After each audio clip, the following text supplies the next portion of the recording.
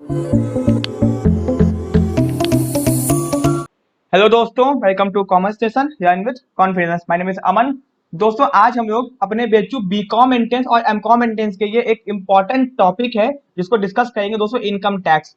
दोस्तों, जो income tax है वो बीकॉम एंट्रेंस में नहीं पूछता है, ठीक है। बट दोस्तों, ये जो पार्ट फर्स्ट है अपना, ये आपके बीकॉम के लिए भी है दोस्तों, एज एन एडिशनल टॉपिक। जितना भी आप पढ़ लीजिए दोस्तों कम होता है। तो दोस्तों, ये टैक्स का पार्ट है, तो आपके बीकॉम एंट्रेंस में कुछ क्वेश्चन इनकम टैक्स से पूछ सकता है, तो आपको नॉलेज होनी चाहिए दोस्तों। एंड दोस्तों, जो एमकॉम है, बेचू का एमकॉम एंट्रेंस है, उसमें तो पूरा ये टॉपिक ही है, पूरा सिलेबस के अंदर आता है। तो एमकॉम एंट्रेंस को पूरा पढ़ना है, एमकॉम एंट्रेंस वालों को। ठीक है दोस्तों, आप लोग ने समझ लिया होगा कि ये जो पहला पार्ट है, मतलब फर्स्ट पार्ट है, ये बेचू बीकॉम एंट्रेंस के स्टूडेंट भी देखेंगे, क्योंकि उनके एग्जाम में भी ये क्वेश्चन पूछ सकता है इससे। एंड जो एमकॉम इंटेंस है, वो जितने भी वीडियोस आएंगे वो सारे के सारे उनके भी ये इंपॉर्टेंट है दोस्तों। ठीक है दोस्तों, वीडियो स्टार्ट करने से पहले मैं आपको बता दूं, अगर आप लोग इस चैनल पे नहीं है तो ठीक है दोस्तों, हम लोग आपको बेचू बीकॉम इंटेंस और एमकॉम इंटेंस की तैयारी करवाए हैं, जिसके लिए हम लोगों ने बहुत सारे वीडियोस को अपलोड कर दिया है। आप लोग जाके कॉमर्स सेशन चैनल के प्लेलिस्ट में सर्च कर सकते हैं, जिसमें business organisation, business management, environment, money banking, दोस्तों बहुत कुछ खत्म हो चुका है। अकाउंटेंसी के भी बहुत सारे वीडियो अपलोड हो चुके हैं दोस्तों। ठीक है, आज अपना नया टॉपिक है इनकम टैक्स। ठीक है, तो दोस्तों हम लोग अपने टॉपिक के ऊपर आते हैं। ठीक है, इससे पहले आप एक बात को समझ लीजिए कि हम लोगों का एंड्रॉइड ऐप भी है, जिसको आप लोग डाउनलोड कर सकते हैं, जहाँ पे आपको प्रीवियस ईयर पेपर, ठीक है, एंड बहुत सारा स्टडी मटेरियल आपको वहाँ पे फ्री में अवेलेबल है। ठीक है, वहाँ पे दोस्तों आप लोग ऑनलाइन टेस्ट का एक कोर्स है, उसको परचेज कर सकते हैं, जिसमें आप लोग ऑनलाइन टेस्ट सारे के सारे पीडीएफ स्टडी मटेरियल, सारे वीडियोज, 2000 से ज्यादा एमसीक्यू आपको वहाँ पे अवेलेबल होगा। ठीक है दोस्तों, किसी को कोई भी डाउट है, कॉन्टैक्ट नंबर पे कॉन्टैक्ट कर सकता है। ठीक है, तो आते हैं अपने इनकम टैक्स के ऊपर। ठीक है, अब दोस्तों इनकम टैक्स होता क्या है? दोस्तों, इनकम टैक्स, दोस्तों टैक्स मतलब कि पैसा जो कि गवर्नमेंट लोगों से लेती है, कंपनी से लेती है, किसी भी इकोनॉमी को चलाने के लिए। ठीक है, टैक्स मतलब कि वो पैसा जो किसी भी देश की गवर्नमेंट वहां के लोगों से वसूलती है। ठीक है, क्यों वसूलती है? कि उस कंट्री के या उस देश के लोगों को ऊपर खर्च कर सके। ठीक है, उस देश को और अच्छा चला सके, उस देश को अच्छे से चला सके, ये सब चीजों के लिए क्या बोलते हैं, टैक्स लगाती है। दोस्तों, टैक्स जो होता है वो दो होता है, एक होता है डायरेक्ट टैक्स, एक होता है इनडायरेक्ट टैक्स। दोस्तों, इस लेक्चर के अंदर हम लोग केवल डायरेक्ट टैक्स के बारे में बात करेंगे। दोस्तों, डायरेक्ट टैक्स के अंदर आता है इनकम टैक्स। डायरेक्ट टैक्स के अंदर आता है इनकम टैक्स, जो कि एक तरह का डायरेक्ट टैक्स है। हम लोग इनडायरेक्ट टैक्स की बात अभी नहीं करेंगे, उसके अंदर जीएसटी आता है, बाकी चीजें भी हैं, अभी उससे हमको मतलब नहीं है। ये सब क्या है, इनडायरेक्ट टैक्स होते हैं, और ये जो इनकम टैक्स है वो एक तरह का डायरेक्ट टैक्स है। दोस्तों, यहाँ से एक सीधे क्वेश्चन बनता है कि इनकम टैक्स डायरेक्ट टैक्स होता है। अब दोस्तों, ये डायरेक्ट का मतलब क्या होता है? दोस्तों, डायरेक्ट टैक्स का मतलब कि ये ऐसा टैक्स है कि जिसके ऊपर लगता है उसको ही देना पड़ता है, मतलब कि ये ट्रांसफरेबल नहीं है। मतलब जिसके ऊपर लगा उसको ही देना पड़ेगा, ये ट्रांसफरेबल नहीं है दोस्तों, ट्रांसफरेबल नहीं है। ठीक, मतलब अगर आपके ऊपर ये इनकम टैक्स लगता है तो आपको ही देना पड़ेगा, आपके बदले कोई और नहीं दे सकता। ठीक है, तो दोस्तों आते हैं टॉपिक के ऊपर। जहां जहां इंपॉर्टेंट होगा वहां वहां मैं आपको बताऊंगा, एंड आप लोग वहां पे नोट करते हुए चलेंगे। दोस्तों, income tax is an important direct tax. दोस्तों, ये देखिए यहाँ पे आ गया ना, एक तरह का डायरेक्ट टैक्स है, क्वेश्चन बनता है यहाँ से। It is a prominent and most significant source of revenue of the government. ये प्रोमिनेंट मतलब बहुत सही है, सिग्निफिकेंट एक मतलब कि असर दिखाने वाला क्या बोलते हैं, रेवेन्यू सोर्स है गवर्नमेंट का। गवर्नमेंट इसकी मदद से बहुत पैसा लोगों से वसूल करती है, अपने ऊपर खर्च करती है, हम लोगों के ऊपर खर्च करती है। The government needs money, government को मनी चाहिए to maintain law and order. भैया, किसी भी देश के अंदर लॉ एंड ऑर्डर, कानून को मेंटेन करने की, जैसे पुलिस को पैसा देने के लिए, आर्मी को। ठीक है, in the country, safeguard the security of country from foreign power, मतलब फॉरेन ताकतों से, and promote the welfare of people, लोगों के वेलफेयर को बढ़ाने के लिए गवर्नमेंट को पैसा चाहिए होता है। ठीक है, since our government is rooted in socialistic pattern. दोस्तों, सोशलिस्टिक पैटर्न का मतलब होता है लोगों के देश के लोगों के भलाई के लिए। ठीक है, मतलब कि अपनी जो गवर्नमेंट है वो क्या बोलते हैं, टैक्स क्यों वसूलती है? एक सोशलिस्टिक पैटर्न के हिसाब से, कि भैया पैसा वसूल के देश के लोगों की भलाई करेगी। ठीक है, in the foremost duty of government, की ड्यूटी भी है to bring such welfare and development programme which we bridge the gap between rich and poor. क्योंकि भैया अमीरों के पास तो बहुत पैसा है, गरीब गरीब होते हैं, तो गवर्नमेंट क्या करती है, टैक्स वसूल के इस गरीबी और अमीरी को खत्म करने की कोशिश करती है। ठीक है, तो और दिस रिक्वायर, इसके लिए क्या चाहिए, mobilisation of fund from various sources. भैया गवर्नमेंट को पैसा चाहिए। ठीक है, दिस सोर्सेज में भी, गवर्नमेंट के सोर्सेज क्या है, डायरेक्ट सोर्सेज है और इनडायरेक्ट सोर्सेज है। डायरेक्ट सोर्सेज के अंदर इनकम टैक्स आ गया, इनडायरेक्ट के अंदर दोस्तों जीएसटी आ गया। ठीक है दोस्तों, डायरेक्ट सोर्सेज का मतलब वो सोर्सेज जो कि क्या बोलते हैं, गवर्नमेंट अगर टैक्स लगाती है तो वो टैक्स कोई भी ट्रांसफर नहीं कर सकता, इनडायरेक्ट के अंदर ट्रांसफर कर सकता है। इनकम टैक्स एक तरह का डायरेक्ट टैक्स है, एकदम इंपॉर्टेंट टूल है to achieve balance socio economic growth. किसी भी इकोनॉमी को अच्छे से ग्रोथ किया जा सके उसके लिए ये बहुत जरूरी है। ठीक है, by providing concession and incentive income tax for various development purpose. दोस्तों गवर्नमेंट क्या करती है, बहुत सारे इंसेंटिव देती है और कंसेशन देती है, छूट देती है। क्यों देती है? कि जिससे भैया डेवलपमेंट पर्पस के लिए, अगर कोई इंसान डेवलपमेंट पर्पस के काम कर रहा है तो गवर्नमेंट उसको इनकम टैक्स के लिए छूट देती है, जिससे देश का ही भला होता है। अब दोस्तों, हु इज लायबल टू पे टैक्स? दोस्तों इसको समझने से भाई एक बात हम लोग समझ लेते हैं। पहले तो एक बात समझिए, एक होता है प्रीवियस ईयर, एक होता है असेसमेंट ईयर। ठीक है, मान लीजिए दोस्तों ये है 1 अप्रैल 2019, तो असेसमेंट यहाँ पे 31 मार्च 2020। ठीक है दोस्तों, ये बस एग्जांपल है। ठीक है, अब प्रीवियस ईयर दोस्तों मतलब क्या होता है? प्रीवियस ईयर मतलब वो ईयर जिस साल इनकम कमाई गई हो, जिस साल इनकम कमाया गया हो। ठीक है, जिस साल इनकम कमाया गया हो। ठीक दोस्तों, प्रीवियस ईयर मतलब वो ईयर जिस साल किसी भी इंसान ने इनकम कमाई हो। और दोस्तों एवाई मतलब असेसमेंट ईयर, कमाई गई इनकम पे जिस साल टैक्स पे किया जाता है उसको बोलते हैं असेसमेंट ईयर। ठीक है दोस्तों, याद रखिएगा, जिस साल इनकम को कमाया गया उसको प्रीवियस ईयर बोलते हैं, जिस साल कमाई गई इनकम पे टैक्स पे किया गया था उसको असेसमेंट ईयर बोलते हैं। एंड दोस्तों, जो इंसान टैक्स भरता है या फिर जो भी टैक्स भरता है उसको हम लोग एसएससी कहते हैं। ठीक है दोस्तों, अगर एसएससी वर्ड आएगा तो आप लोग समझ जाइएगा कि भैया ये वो बंदा है जो टैक्स पे करेगा। कंपनी भी पे कर सकती है, एसएससी के अंदर बहुत लोग आते हैं। बस जो भी टैक्स पे करता है उसको एसएससी कहा जाता है। प्रीवियस ईयर मतलब वो ईयर जिस साल इनकम कमाई गई हो, और असेसमेंट ईयर मतलब वो ईयर जिस साल कमाई गई इनकम पे टैक्स पे किया जाता है। दोस्तों इंडिया में होता क्या है कि इनकम कमाई जाती है पिछले साल और टैक्स पे किया था उसके अगले साल। ठीक है, किसी किसी केस के अंदर उसी साल टैक्स पे किया जाता है, प्रीवियस ईयर में ही टैक्स पे किया था, वो सब बाद में देखेंगे। ठीक है, तो दोस्तों हु इज लायबल टू पे टैक्स? भैया टैक्स कौन पे करेगा, कौन कौन लायबल होता है टैक्स पे करने के लिए? Every person. दोस्तों यहाँ पे सब लोग, सब person who is taxable income, जिसकी टैक्सेबल इनकम, वो इनकम जिस पे टैक्स लगना चाहिए, for the previous financial year exceed the minimum taxable limit. दोस्तों गवर्नमेंट ने लिमिट बता के रखी गई है जिसको हम लोग अभी देखेंगे आगे। ठीक है, तो उस लिमिट से ज्यादा अगर किसी की इनकम होती है तो उसको टैक्स देना पड़ता है during the current financial year, मतलब प्रीवियस ईयर की इनकम पे करंट फाइनेंशियल ईयर पे टैक्स देना पड़ता है, जिसको हम लोग असेसमेंट ईयर भी कहते हैं। ठीक है, on the income of the previous financial year at the rate, किस रेट से? Applicable during the current financial year. Current year में टैक्स का जितना भी रेट होगा परसेंटेज, उसके हिसाब से टैक्स दिया जाएगा। मतलब कि सब लोगों को टैक्स देना पड़ता है जिनकी भी टैक्सेबल इनकम गवर्नमेंट के बताई गई लिमिट से ज्यादा होती है। ठीक है, और वो इनकम अपनी प्रीवियस ईयर की इनकम पे current financial year that is assessment year में टैक्स पे करते हैं। ठीक है, यहाँ पे हो गया। अब दोस्तों आते हैं अपने history of income tax India के ऊपर। दोस्तों अब मैं आपको बता दूं, इंडिया में जो इनकम टैक्स अभी चल रहा है वो बना कैसे था, मतलब उसमें क्या क्या चीजें हैं। दोस्तों जब भी कोई टैक्स बनता है, ठीक है, दोस्तों टैक्स यहाँ पे मैं थोड़ा सा इसको ब्रॉड कर देता हूँ, एक्ट बनता है। जब एक्ट बनता है तो होता क्या है कि इस एक्ट के अंदर कमी होती है, बहुत सारी कमी होती है। अब कोई भी चीज एक बार में सही तो नहीं बनेगी ना, तो उस कमी को दूरी करने के लिए दोस्तों होता क्या है कि अमेंडमेंट्स आते हैं। अमेंडमेंट मतलब कि जो भी दिक्कत है, जो भी कमियां हैं, उसको चेंज किया जाता है, अमेंडमेंट्स। तो भैया ये अमेंडमेंट हो सकता है एक बार आए, 2 बार आए, 3 बार आए, 4 बार आए, या फिर आता है डिपेंड अपॉन द सिचुएशन। जैसी सिचुएशन चेंज हो वैसे अंदर कानून या फिर लॉ के अंदर चेंज किया जाता है। तो जब इनकम टैक्स एक्ट बना था तो उसके बाद बहुत बार अमेंडमेंट आए, बहुत बार एक्ट चेंज हुए। तो अपने को देखना है, अपने को सारे अमेंडमेंट के ईयर नहीं याद रखने हैं, अपने को स्टार्टिंग वाला और एंडिंग वाला याद रखना है। ठीक है दोस्तों, तो चलिए आते हैं। अमेंडमेंट का मतलब जब भी कोई चीज बनती है तो वो भैया परफेक्ट नहीं होती है, उसके अंदर चेंजेस अकॉर्डिंग टू सिचुएशन या फिर कोई दिक्कत है तो उसके हिसाब से लाए जाते हैं। तो अमेंडमेंट की डेट को याद नहीं करना है दोस्तों। ठीक है, तो यहाँ पे आ जाइए। अब यहाँ पे इन इंडिया, दोस्तों मैं थोड़ा कलर चेंज कर देता हूँ।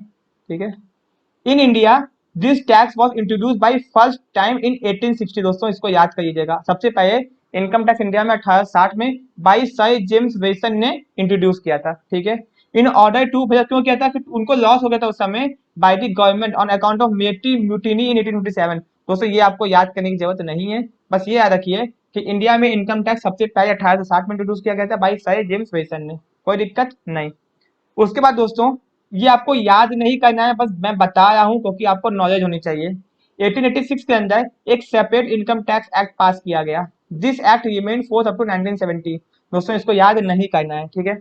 मतलब कि उसका एक एक्ट और पास किया गया जो कि चला 1917 तक, ठीक है। उसमें बहुत अमेंडमेंट भी किए गए, टाइम टू टाइम बहुत चेंजेस किए गए। तो किए गए होंगे अपने को क्या, in 1918 a new income tax act was pass, एक नया इनकम टैक्स एक्ट पास किया गया, एंड अगेन फिर उसको ईपीएस किया गया अनदर एक्ट से, जिसको 1922 में आया था दोस्तों। This act remained in force up to assessment year 1961 से 1962 तक था, ठीक है, विथ न्यूमरस अमेंडमेंट। हाँ बहुत अमेंडमेंट हुए थे दोस्तों, ठीक है। अब दोस्तों the income tax act 1922 had very become very complicated, बहुत कॉम्प्लिकेटेड था on account of innumerable amendment. दोस्तों इसके अंदर इतना अमेंडमेंट कर दिया गया था, इससे ये बहुत दिक्कत हो गई थी, बहुत कॉम्प्लेक्स हो गया था। तो government of India therefore referred to law commission, एक लॉ कमीशन बनाया दोस्तों इन 1956 के अंदर, विद अ व्यू, इस व्यू से कि वो सिंप्लीफाई कर दे प्रिवेंशन ऑफ टैक्स इवेजन, ठीक है। Simplifying and prevention of tax evasion मतलब कि टैक्स के जो स्ट्रक्चर था उसको आसान कर दे कि टैक्स कैसे लगेगा, क्या क्या होगा, एंड जो टैक्स इवेजन था वो कम से कम हो जाए। एक कमीशन बना गया, लॉ कमीशन इंपॉर्टेंट है 1956 के अंदर। लॉ कमीशन ने अपनी सबमिट की रिपोर्ट सितंबर 1958 के अंदर, ये डेट मत याद कीजिएगा। बट इन मीन टाइम, क्या उस टाइम के अंदर government of India had appointed the direct tax administration inquiry committee, दोस्तों याद रखिएगा, direct tax administration inquiry committee बनाई गई, जिस सजेस्ट दी मेजर, इसने अपना बताया, minimise inconveniences and prevent evasion of tax. भैया कि जो भी एसएससी मतलब जो टैक्स भरता है, जो भी उसको दिक्कत हो रही है उसको मिनिमाइज किया जाए, and prevent tax evasion, tax evasion को कम से कम किया जाए। टैक्स इवेजन मतलब टैक्स की चोरी, ठीक है। तो दोस्तों इतने टाइम में ये भी हो गया, गवर्नमेंट ने एक क्या बना दिया, कमेटी बना दी दोस्तों। कमेटी का नाम याद रखिएगा, इसने क्या किया था, मिनिमाइज इनकन्वीनियंट, ठीक है, जो भी इनकन्वीनियंट हुआ उसको मिनिमाइज किया, एसएससी को, एंड टैक्स इवेजन को रोक दिया। दोस्तों this committee submitted its report in 1959, कोई दिक्कत नहीं, मत याद कीजिए, इन consultation with the ministry of law finally income tax act.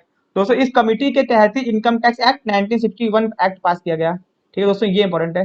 90 अभी मैं बताऊंगा कि करंट में कौन सा एक्ट चल रहा है। अगर आपसे पूछेगा कि इनकम टैक्स एक्ट पास कब हुआ और चल कब से आया है, तो वो उसका नोट मैं अभी आपको आगे बता रहा हूँ, ठीक है। तो दोस्तों ये देखिए, the income tax act 1961 had been brought into force with 1 April 1962। दोस्तों आप पूछेगा एग्जाम में आपसे कि इनकम टैक्स एक्ट कब पास हुआ था, ठीक है, तो 1961, ठीक है। सबसे पहली बार तो दोस्तों 1860 जेम्स वेरियन जो भी था आपका ऊपर, ठीक है। उसके बाद ये एक्ट फोर्स में कब आया, 1 अप्रैल 1962। दोस्तों it apply to whole India, ये होल इंडिया में अप्लाई होता है, इंक्लूडिंग सिक्किम में, इंक्लूडिंग जम्मू कश्मीर में, ये दोस्तों अप्लाई होता है, ठीक है। दोस्तों इसके अंदर भी बहुत अमेंडमेंट किए गए, तो उससे मतलब नहीं है, ठीक है। दोस्तों यहाँ बहुत सारे अमेंडमेंट की बात करा है, तो अमेंडमेंट को मतलब नहीं है अपने को, ठीक है। दोस्तों ये याद रखिएगा, एक कमिटी की बात की गई यहाँ पे, चैया कमिटी रिपोर्ट।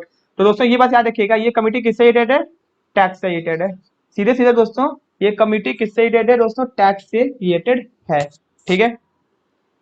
तो दोस्तों हम आगे आते हैं। As a matter of fact income tax act 1961 दोस्तों है, याद रखिएगा ईयर, एंड जो कि फोर्स में है 1962 के अंदर, सबसे पहले 1860, ठीक है। दोस्तों यहाँ पे देख लीजिएगा चीजें जो आपको याद करनी है, ठीक है ना। ये देखिए 1860, ये ऊपर चला गया 1860, ठीक है। तो ये हो गया दोस्तों अपना। अब दोस्तों अब आगे आते हैं नीचे, अब कैरेक्टरिस्टिक्स के ऊपर देखते हैं, कैरेक्टरिस्टिक्स ऑफ इनकम टैक्स। दोस्तों इससे क्वेश्चन बनते हैं। दोस्तों ये इनकम टैक्स एक तरह का डायरेक्ट टैक्स है। डायरेक्ट टैक्स मतलब ऐसा टैक्स जिसके ऊपर लगता है उसको पे करना है, वो कोई और पे नहीं कर सकता, मतलब ट्रांसफरेबल नहीं होता है। Income tax is a direct tax, means tax which is paid by person who beer tax burden, जिसको लगेगा वही देगा। सेंट्रल टैक्स दोस्तों ये एक तरह का सेंट्रल गवर्नमेंट टैक्स है, ये इम्पोज है, लगाती भी सेंट्रल गवर्नमेंट है और वसूलती भी सेंट्रल गवर्नमेंट है, तो स्टेट गवर्नमेंट का हाथ कुछ नहीं होता है इसके अंदर। टैक्स ऑन टोटल इनकम, दोस्तों इनकम टैक्स जो होता है वो टोटल इनकम के ऊपर होता है। दोस्तों अगर आपने इनकम टैक्स पढ़ा है, एमकॉम वाले बच्चे, तो आपने ग्रॉस टोटल इनकम और टोटल इनकम जरूर पढ़ा होगा। तो ठीक है, अभी हम लोग आगे उसको देखेंगे। अभी ये समझिए कि income tax is calculated on total income, total income के ऊपर कैलकुलेट किया जाता है। Total income is also called taxable income, यही होती है टैक्सेबल इनकम, ठीक है। Total income is calculated according to provision of income tax act, income tax act में बताया गया है कि टोटल इनकम को कैसे कैलकुलेट किया जाता है, ठीक है। उसके बाद टैक्स एग्जम्प्टेड लिमिट, दोस्तों इनकम टैक्स डिपार्टमेंट ने टैक्स में छूट दिया हुआ है, ठीक है। 2019 और 20 असेसमेंट ईयर के हिसाब से, ठीक है, हम लोग दोस्तों एकदम करंट पाया है। सीनियर सिटीजन, दोस्तों अगर कोई सीनियर सिटीजन है, अब सीनियर सिटीजन होता कौन है, सीनियर सिटीजन मतलब कि वो इंडिया का रेसिडेंट होना चाहिए, मतलब इंडिया का नागरिक एक तरह से रेसिडेंट। दोस्तों रेसिडेंट और सिटीजनशिप में अंतर होता है, अभी बाद में इसको डिस्कस किया जाएगा। अभी बस ये समझिए कि सीनियर सिटीजन वो होगा जो रेसिडेंट होगा इंडिया का, who is the age of 60 year, जिसकी एज 60 साल एंड 80 साल से कम होनी चाहिए, 60 साल से ज्यादा और 80 साल से कम होनी चाहिए, जिसको 3 लाख रुपए तक की छूट है। मतलब अगर कोई सीनियर सिटीजन है, वो 3 लाख रुपए तक कमाता है और उसकी एज 60 साल से ज्यादा और 80 साल से कम है, तो उसको 3 लाख तक के ऊपर कोई टैक्स नहीं देना पड़ेगा। उससे ऊपर कमाएगा उसको टैक्स देना पड़ेगा। ये आपको याद रखना है। दोस्तों अगर कोई सुपर सीनियर सिटीजन है, उसकी एज, सुपर सीनियर सिटीजन कौन होता है?